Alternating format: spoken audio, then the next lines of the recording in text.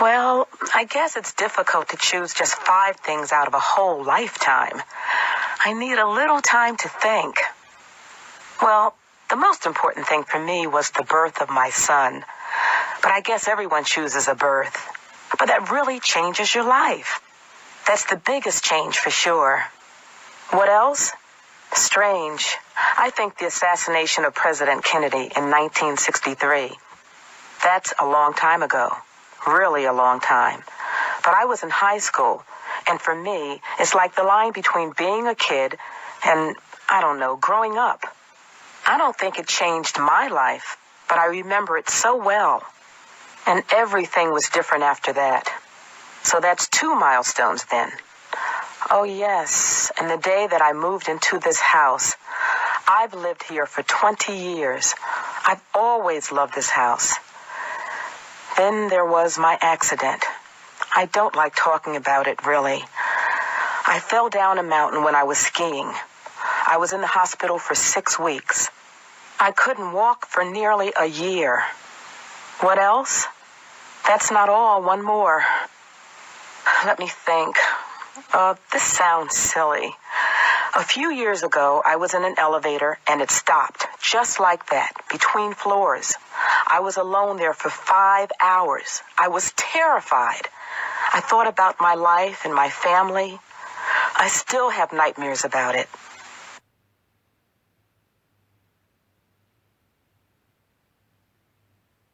A few months ago, there was a bank robbery in San Francisco. The police arrested a man and a woman. They're in court now. Mrs. Cato saw the robbery. She's on the witness stand. The judge and the 12 members of the jury are listening to her.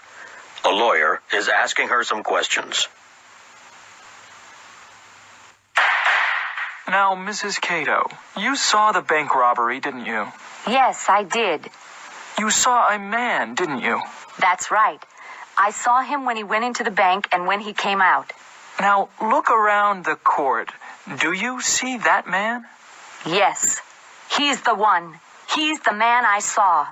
He wasn't alone when he went into the bank, was he? No, he wasn't. He was with a woman. Now, do you see that woman in the court? Yes. There. She's the woman I saw. I see, Mrs. Cato. Now, look at the man and woman again. This is very important. Are you absolutely sure about them? Absolutely sure. They're the people I saw. Now, Mrs. Cato, what was the man wearing when he went into the bank? I don't remember everything, but I remember his hat and his bag. Look at Exhibit A on the table. Is that the hat? Yes, that's the hat he was wearing. And Exhibit B? Yes, that's the bag he was carrying. Do you remember anything about the woman? Yes, she was wearing a black wig and red high-heeled shoes. How do you know she was wearing a wig, Mrs. Cato? Because it fell off when she was running to the car. Look at Exhibit C on the table. Is that the wig? Yes, that's the wig she was wearing. And Exhibit D, look at the shoes. Yes, they're the shoes she was wearing. Thank you, Mrs. Cato.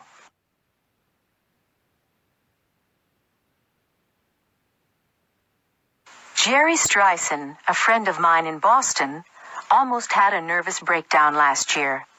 I told him to go to a doctor. Hello, Mr. Streisand. What's the problem? I'm very tense and nervous, Doctor. I haven't been able to sleep for days. Have you been working hard? Yes, I've been working 12 hours a day. Well, you should take a few days off.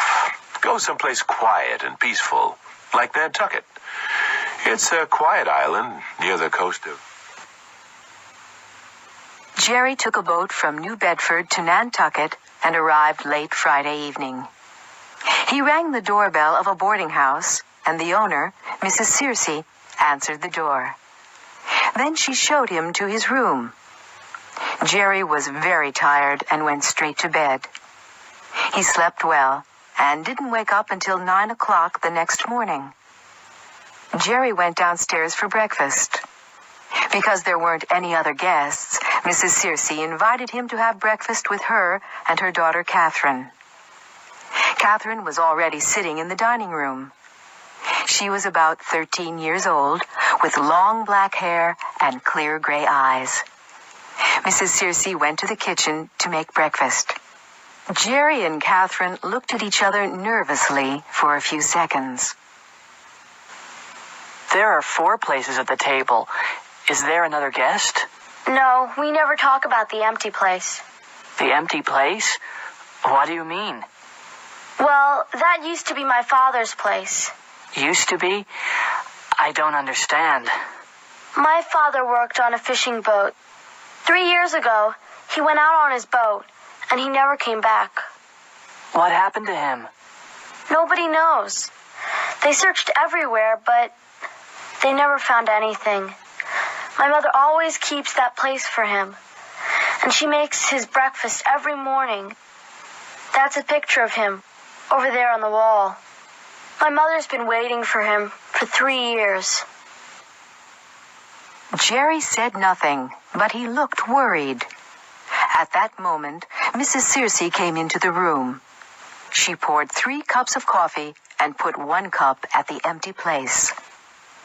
Jerry looked more worried, and he stared at the empty chair. Suddenly, he heard footsteps outside the door, and a tall man with a black beard walked into the room. It was the man in the picture. Jerry jumped up and ran out of the room. Who was that?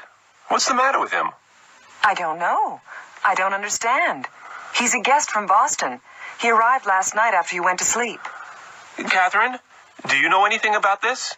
No, Daddy, I don't. But he's here because he's very nervous. He says he's hiding here because a tall man with a black beard is trying to kill him. Catherine, have you been telling stories again? Stories? Daddy? Me?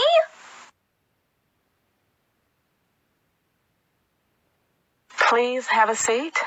Thank you. I'm Esther Rosales. I've had an account here for 10 years. What can I do for you, Ms. Rosales? Well, I want to borrow some money. What for? I want to buy a car. I've been saving for one. How long have you been saving? I've been saving for 2 years. How much have you saved? I've saved about $5,000.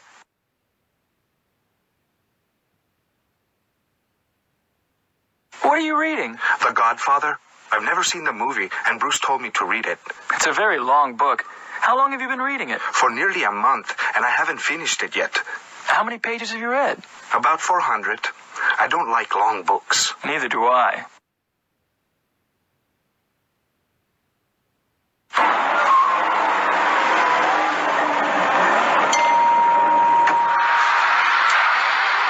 Yes, ma'am. What can I do for you? Hi. Fill it up, please. Regular unleaded or super? Regular unleaded. It's nearly empty. I've been driving all day. Oh, really? How far have you driven? About 400 miles. From Atlanta. That's a long way. Check the oil? Yes. Okay.